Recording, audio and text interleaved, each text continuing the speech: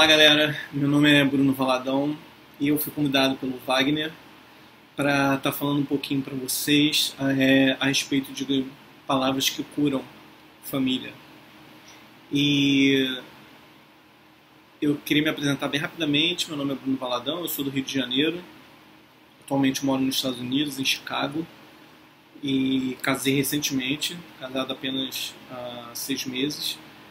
E eu tenho para falar que a família é uma bênção. A família realmente é um lugar de cura, é um lugar de perdão, um lugar onde se aprende a viver as promessas de Deus. Às vezes de uma forma simples, às vezes de uma forma mais complicada, mas é sempre um lugar onde você com certeza ouve a voz de Deus. E eu queria iniciar essa minha pregação com uma música. Já que o meu tema é sobre cura, eu queria cantar essa música. Eu queria pedir que, se você pudesse, fechasse seus olhos nesse momento e que o Senhor pudesse, nesse momento, enviar o Espírito Santo para cada um de nós. Senhor, eu te peço, Senhor Jesus, que tu envie o teu Espírito Santo, que tu possas vir curar, possas vir libertar, que tu possas vir acalmar o nosso coração, tantas vezes tribulado. Quantas dificuldades nós passamos na nossa família, Senhor? Dificuldades financeiras, contas a pagar e não temos dinheiro, problemas com os filhos, muitas vezes problema com os pais, irmãos, avós, com a esposa, com o marido. E eu te peço, Senhor, nesse momento, vem curar. Cura as feridas da alma, cura as feridas do coração. Vem restaurar aquilo que não anda bem em nós. Senhor,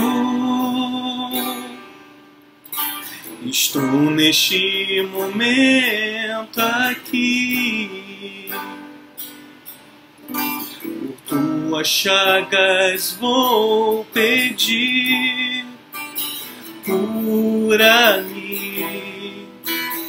cura-me.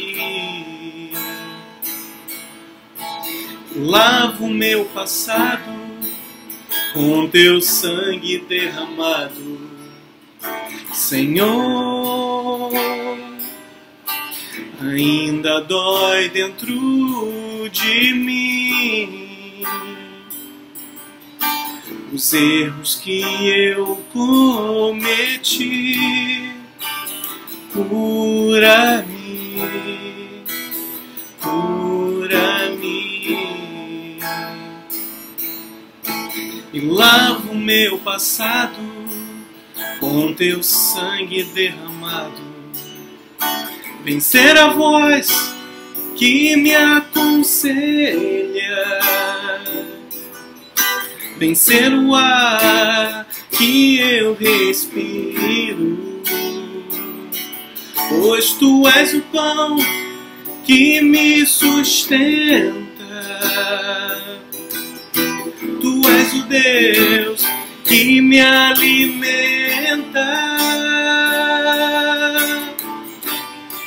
Cura-me, Senhor, cura-me, Senhor.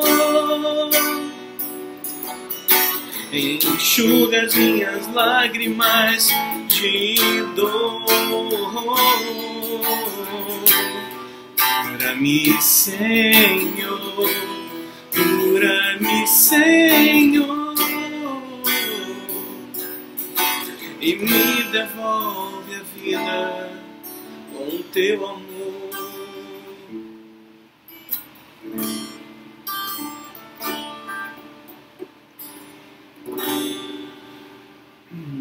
Amém. Iniciar em nome do Pai, do Filho e do Espírito Santo. Amém. Eu queria iniciar falando um pouquinho sobre o que o Wagner me pediu, obviamente, e eu queria iniciar falando sobre a questão do perdão. Ele me pediu para falar sobre cura, e não há maior e melhor cura do que o perdão. A gente tem vários exemplos na Bíblia de perdão, como José no Antigo Testamento com seus irmãos, Jacó e Esaú, Davi com Saul. Jesus também ensinou do filho pródigo, a mulher adúltera, do credor incompassivo. E eu sempre digo àqueles que me procuram pedindo uma resposta para a forma de alcançar a santificação, de que eles deviam escrever uma lista com os nomes das pessoas que lhe ofenderam e orar por elas. Todos os dias, até sentir amor. Eu sei que é difícil, você pode pensar, Bruno, você é maluco. Mas é verdade. Até sentir amor por essa pessoa.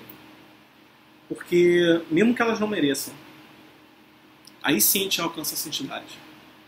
Porque é isso que Jesus ensinou a nós. E nada melhor do que fazermos isso dentro da família. Com sua esposa, com seu marido, com seus filhos, com seus pais, avós, irmãos, tios, enfim. Às vezes o nosso conceito de perdão ele é distorcido e sentimentalista, né? E contudo não é assim. Mesmo que não sinta vontade, você ainda precisa perdoar. Porque o perdão para que o coração seja livre para aceitar o amor à pessoa que lhe ofendeu. E a diferença na Bíblia é que perdão não é um sentimento. O perdão é uma ordem. É uma ordem. A diferença toda é que é um mandamento para todo cristão. O significado do perdão é perder. É aceitar que o outro lhe fez e não querer receber em troca. E aí você pode perguntar, Bruno, como perdoar? Como é que eu vou perdoar algo que eu não tenho como, que o outro me fez e que eu não quero receber em troca? Mas assim, é meio doido isso. Você pode estar se perguntando. E realmente faz sentido. Mas se você tiver com a tua Bíblia aí, eu vou pedir para que você abra agora em Mateus. A gente vai ver em Mateus alguns conselhos acerca do perdão. E lá você pode ler, se você for ver lá em Mateus 5, do versículo 23 e 24, ele fala justamente sobre isso. Você pega lá e você vai falar, o perdão deve vir primeiro, não esperar as coisas piorarem. E antes de ver a pessoa e passar por um confronto com ela, que às vezes é necessário, eu sei, é preciso perdoar em oração diante de Deus. Então está dizendo aqui, minha Bíblia está em inglês, eu quase comecei a falar inglês com vocês aqui, mas eu vou traduzir rapidamente. Portanto, se você trouxer uma oferta ao altar, vai lembrar que você tem algo contra o seu irmão, deixa a sua oferta de lado e vá primeiro se reconciliar com o seu irmão. E aí sim você pode ofertar. Então a Bíblia diz claramente, se você tem qualquer tipo de oferta, você está levando isso ao altar, mas você lembra que você tem um problema com o irmão, você tem alguma coisa contra ele, especialmente na tua casa, vai se reconciliar com essa pessoa. Se você tem um problema com a tua esposa, se você tem um problema com o teu marido, foi a pessoa que você escolheu perante Deus no altar para dividir a sua vida inteira com ela. E você vai dormir, por exemplo, em camas separadas, ou dormir até na mesma cama, mas sem se falar. Isso não dá, não vem de Deus. Eu digo isso, não vem de Deus. Eu sei que eu estou casado há pouco tempo e deve ter pessoas que estão me ouvindo aí, que estão me vendo, que estão casados há anos, décadas talvez. E eu tenho certeza que após algum tempo fica o amor, vamos dizer assim, começa a se desgastar com o dia a dia, é normal, eu sei disso. Mas mesmo assim, mesmo se tivermos com a razão, aí é que é mais ainda que nós devemos dar o perdão. A gente precisa deixar o sentimento de justiça própria e julgamento do próximo, porque diante de Deus todos somos igualmente pecadores e carentes de perdão. Então muitas vezes a gente não sabe o que aconteceu com aquela pessoa. A gente deve perdoar antes de tudo, até antes mesmo de conversar com a pessoa. Se você começar a se estressar com a pessoa, não. Antes disso você já perdoa. Você pede ao Espírito Santo essa ajuda. Pede, Espírito de Deus, por favor, ilumina meu coração, me dá essa força de poder perdoar. E aí vem a condição do perdão. Se você ainda está com a tua Bíblia aberta, vamos lá para Mateus 6, de 12 a 15. Mateus 6, de 12 a 15. A gente consegue ver aqui o Pai Nosso que ele está ensinando a gente. E diz, perdoar nossa ofensa assim como nós perdoamos aqueles que nos têm ofendido. Então Jesus disse que se não perdoássemos nossos inimigos, também não receberíamos o perdão de Deus. Essa é a condição do perdão. Então, quer dizer, na oração do Pai Nosso, nós falamos isso que é muito sério. E seria como se disséssemos para Deus não perdoar nossos pecados, assim como não perdoamos aqueles que nos ofenderam. Então, quer dizer, a condição do perdão é o próprio perdão divino. Se recusarmos perdoar, estaremos recusando receber o perdão de Deus. A falta de perdão bloqueia nossas orações. Quem não conhece o perdão, não conhece o Pai. E quem conhece o perdão do Pai, sabe perdoar. Então o que acontece? Muitas vezes a gente tem essa dificuldade de entender que para receber o perdão de Deus, a gente precisa primeiro perdoar o próximo. Esse é o mandamento de Deus, não sou eu que estou falando. É a Bíblia que diz isso, é a palavra de Deus. E muitas vezes a gente tem dificuldade de entender e perceber como isso se dá. Muitas vezes você também não sabe, mas como eu vou pedir perdão a alguém? Porque às vezes a gente tem que perdoar, mas muitas vezes a gente também tem que pedir perdão pelas nossas faltas. E em Mateus 18, se você puder ir lá comigo, Mateus 18 fala sobre isso. Mateus 18, de 15 a 17.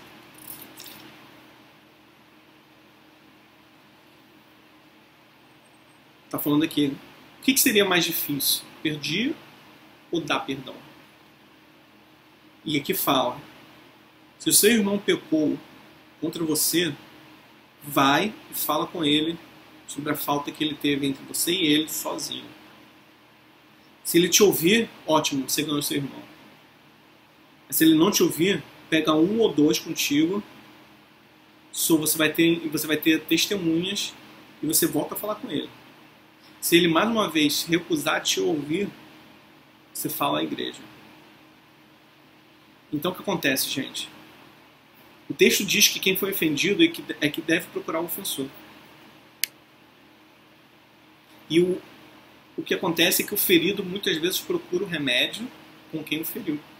Então o que acontece? A orientação de Jesus é que a pessoa que se sentiu ofendida procure quem o ofendeu sozinha.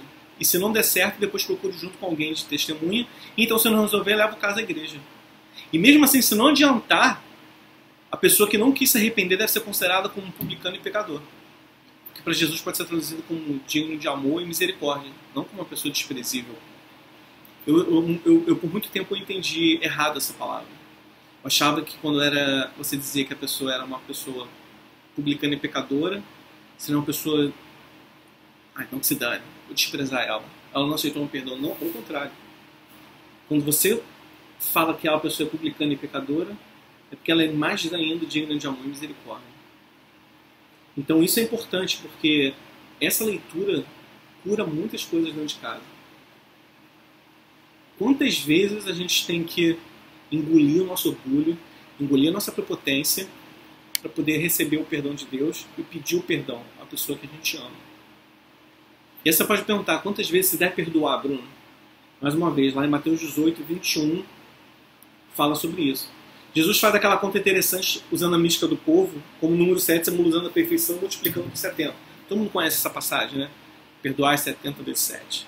Só que, na verdade, se formos contar as vezes que alguém nos ofende até 70 vezes 7, seriam 490, chegaremos ao que diz o texto do versículo 35, se você ler aqui, até que do íntimo. É que Jesus quis dizer que devemos perdoar até sentir do fundo do coração o perdão. Aí não seremos mais atingidos por qualquer probleminha, nem sentimos ofensas à toa. No momento que você consegue perdoar 490 vezes, quer dizer, lá do fundo do coração, nada, não é qualquer probleminha. A pessoa deixou de lavar a louça, ou deixou de, não sei, fazer a cama, colocar o sapato no lugar, ou deixou um rastro em casa de coisas jogadas pelo chão, que vai fazer você explodir com ela. Não. Não é assim. Perdoe até o fim. Perdoe até o fim. Se você escolheu essa pessoa para morar contigo, para conviver contigo, dividir o que você tem de bom e de ruim, perdoe até o fim. Não desista dessa pessoa. Se for seu filho, sua filha, não desista do seu filho, sua filha. E para concluir, a gente pode ir lá em João 20. João 20 ele fala o seguinte, gente. João 20, 22, 23. Se você for lá, ele fala que o Espírito Santo nos dá autoridade para perdoar pecados. Quando a gente tem intimidade com Deus e recebemos essa capacidade de perdoar de todo o coração das pessoas. E como representantes de Cristo, devemos perdoar como Ele perdoa.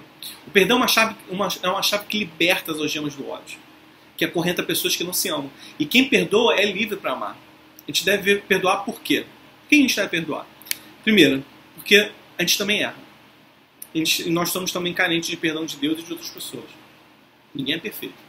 Segundo, não somos melhores do que ninguém para recusar e dar o perdão. Terceiro, o perdão é de Deus e nós devemos dá-lo a todos. O perdão vem de Deus. As adversidades são úteis para o quê? Para mudar o nosso caráter, nosso temperamento, personalidade. Por isso devemos ter a maturidade para entender as dificuldades dos relacionamentos. E tem muita gente, infelizmente, que é imatura e não percebe isso. Por último, 5. A gente precisa ser mais espiritual, não tendo ódio de pessoas amadas por Deus e discernir as armadilhas de Satanás contra a nossa comunhão com os irmãos. Uma vez eu vi uma coisa interessante que eu queria partilhar com vocês aqui, que é o seguinte. Faz isso com a mão. Junta todos os seus... dizem que isso é uma teoria chinesa, né? Se você juntar todos os dedos e o dedo médio você colocar assim, você vai entender que isso aqui é o seguinte. Os primeiros dedos, se você tentar separar, você vai separar. Representam os seus pais. Tá? Porque um dia você vai sair de casa para ir poder morar com alguém. Então você se separa deles. Os segundos dedos representam os amigos ou os irmãos. Você também consegue se separar deles. O dedo mindinho representa os filhos. Você também consegue separar os dedos mindinhos. Tá vendo? O dedo do meio, esse dedo aqui do meio é como se fosse o eu. Esse que está aqui dobrado é o eu. É você mesmo. E o dedo anelar é esse aqui. Tenta separar ele. Você não consegue. Eu não consigo. E é esse, inclusive, o motivo de a gente usar a aliança nesse dedo. Porque o dedo anelar, ele representa a pessoa amada. Aquela pessoa que você escolheu para casar e para viver o resto da tua vida. Você não consegue separar. É uma só. Os filhos se separam. Irmãos e amigos também. Os pais também. Mas a pessoa separada, nunca. E é por isso que a aliança está aqui, nesse dedo anelar. Bonito isso, né? Eu gosto dessa analogia. E então, assim, isso é a cura pela família. Começando pelo perdão, obviamente. Mas é claro que a cada dia, eu queria falar agora um pouquinho mais sobre outras coisas. É claro que a cada dia a gente é surpreendido por um novo desafio ou problemas. Mas existem ocasiões em que não temos força nem para reagir. E é nas reações que está o perigo de errar. Às vezes nós erramos de forma planejada e sim espontânea quando não temos tempo de pensar com a cabeça quente. Davi, por exemplo, ele foi pego de surpresa para um inimigo que não esperava e lutou com um rei mais da lava. Sua família foi raptada e ele teve que lutar para restituir isso. Poder restituir a família e, consequentemente, toda a cura. Então, como a família de Davi, muitos pais hoje têm seus filhos levados pelos vícios da prostituição, pela violência e outros males.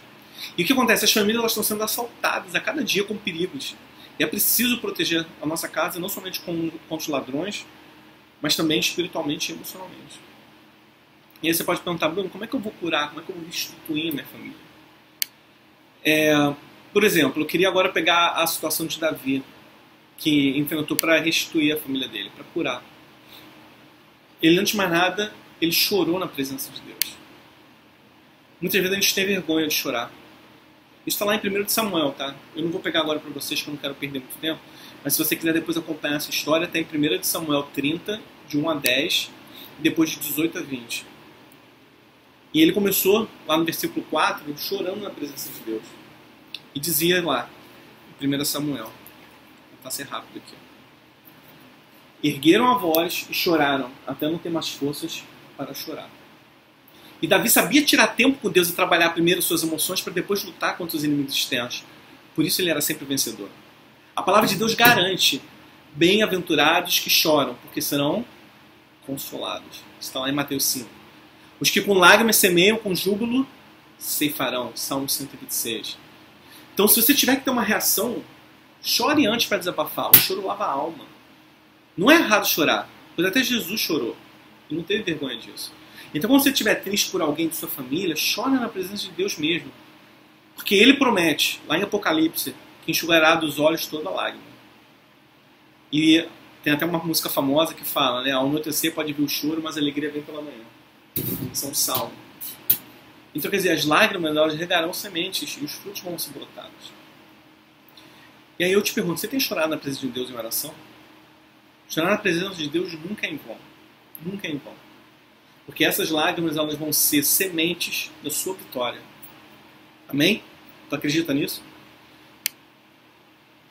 Elas vão ser sementes para a tua vitória.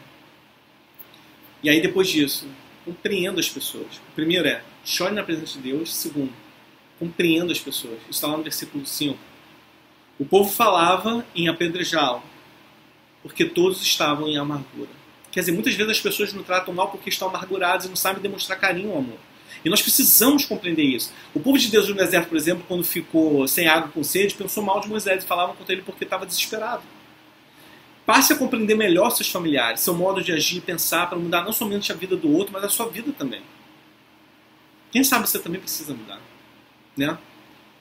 Jesus disse que os mansos herdarão a terra, para nos ensinar que com rigidez e inflexibilidade não se chega a lugar nenhum. Se você é inflexível, se você é rígido, meu querido, me desculpa, você não vai chegar a lugar nenhum fazendo isso. Você pode ter suas convicções, você pode ter suas certezas, mas você não precisa agredir os outros para isso, para provar que você está certo. Não. E aí eu pergunto, você está disposto a mudar para curar sua família? Você está disposto a mudar para restituir a sua família? A maneira como olhamos as pessoas muda a forma que somos vistos por elas. Sabia disso? É verdade. Terceira coisa, reanime-se em Deus. Tá lá. Davi muito se angustiou, porém Davi se reanimou no Senhor, seu Deus. Queridos, não adianta ficar apenas chorando e tentando compreender as pessoas. Precisamos nos levantar e agir. Em momentos de tristeza, só Deus pode nos ajudar a continuar a vida em família. Talvez você não consiga ânimo em ninguém, pois vão ao socorro do homem, como diz Salmo, mas busque ânimo no Senhor, porque Ele te fortalece. Davi escreveu o Salmo 46 que fala que Deus nos fortalece. Em quem você tem buscado ânimo para restaurar a sua família? Busque se fortalecer no Senhor. Ok? Quarto, consulte ao Senhor. Antes de tudo, precisamos orar a Deus buscando sua confirmação para as decisões. Deus aprovou, por isso Davi foi. Ele sabia que se Deus dissesse não, perderia seu tempo, mas com a bênção do Senhor tinha vitória garantida. Não faça nada antes de orar. Se sentir que Deus está na frente, prossiga. Mas se tiver dúvida, para imediatamente e espera a confirmação de Deus. Primeiro a gente deve agradar ao Senhor e depois Ele vai satisfazer os desejos do nosso coração. Então tome cuidado para não estar saindo à frente de Deus, tá? Seria errado primeiro tomar as decisões e depois exigir que Deus abençoe como está. E aí eu te pergunto, você tem consultado Deus em oração antes de tomar suas decisões? Antes de tudo que fizer, ore a Deus pedindo direção, especialmente se tiver relação à sua família. Quinto, lute como puder. Alguns companheiros de luta de Davi não aguentaram a caminhada de tão difícil que estavam. E Davi não se importou em reconhecer o esforço deles. Está lá em versículo 10. 200 ficaram atrás por não poderem descansar de atravessar o ribeiro. Na família, a gente não pode esforçar as pessoas na caminhada que não aguentam e precisamos também nos esforçar como Jesus disse. Se alguém te obrigar a andar 1 milha, vai com ele 2. Cada pessoa tem um ritmo, gente, uma pessoa e uma força diferente. Então é necessário respeitar os limites do próximo. Deus renova as forças, mas não podemos obrigar as pessoas a lutar se não podem. Se esforça o máximo que puder para melhorar a sua família. Se estiver cansado, para um pouco e descansa. Até Jesus, em situações de crise, parava, se retirava para renovar suas forças para depois continuar. Mas parar um pouco e descansar não pode ser desculpa para relaxamento. Porque o reino dos céus é tomado por esforços que esforçam se apoderam dele, como está lá em Mateus. E o Senhor te chama e te diz, não te mandei eu? Ser forte e corajoso, não temas, nem te espantes, porque o Senhor teu Deus é contigo, por onde quer que andares. Você tem se esforçado para salvar sua família? Você tem se esforçado para curar a tua família? Para restituir a sua família? Esforça-se um pouco mais. Você vai conseguir vencer, eu tenho certeza disso. Porque Deus cura as famílias. Deus salvou tudo e nada faltou, desde o menor até o maior. Davi conseguiu curar e restituir a família sem exceção alguma. Então não deixe a sua família ser destruída. Não se conforme em perder nenhum dos seus familiares, porque Jesus quer que você seja salvo com toda a sua casa. Então lute para preservar a sua família e salvar todos. Para restituir sua família, chore na presença do Senhor em oração. Aprenda a compreender as limitações das pessoas. Reanime-se em Deus sempre. Consulte a Deus em oração antes de qualquer atitude e lute enquanto puder, se esforçando para vencer. Mais uma vez, 5 passinhos. Deus restitui completamente, não em parte, sua família. Deus não faz nada pela metade. Recebe a vitória completa. Amém? Obrigado por ter me ouvido. Eu espero que essas palavras sejam palavras de bênção e frutifiquem na sua casa. Estivemos reunidos em nome do Pai, do Filho e do Espírito Santo. Amém.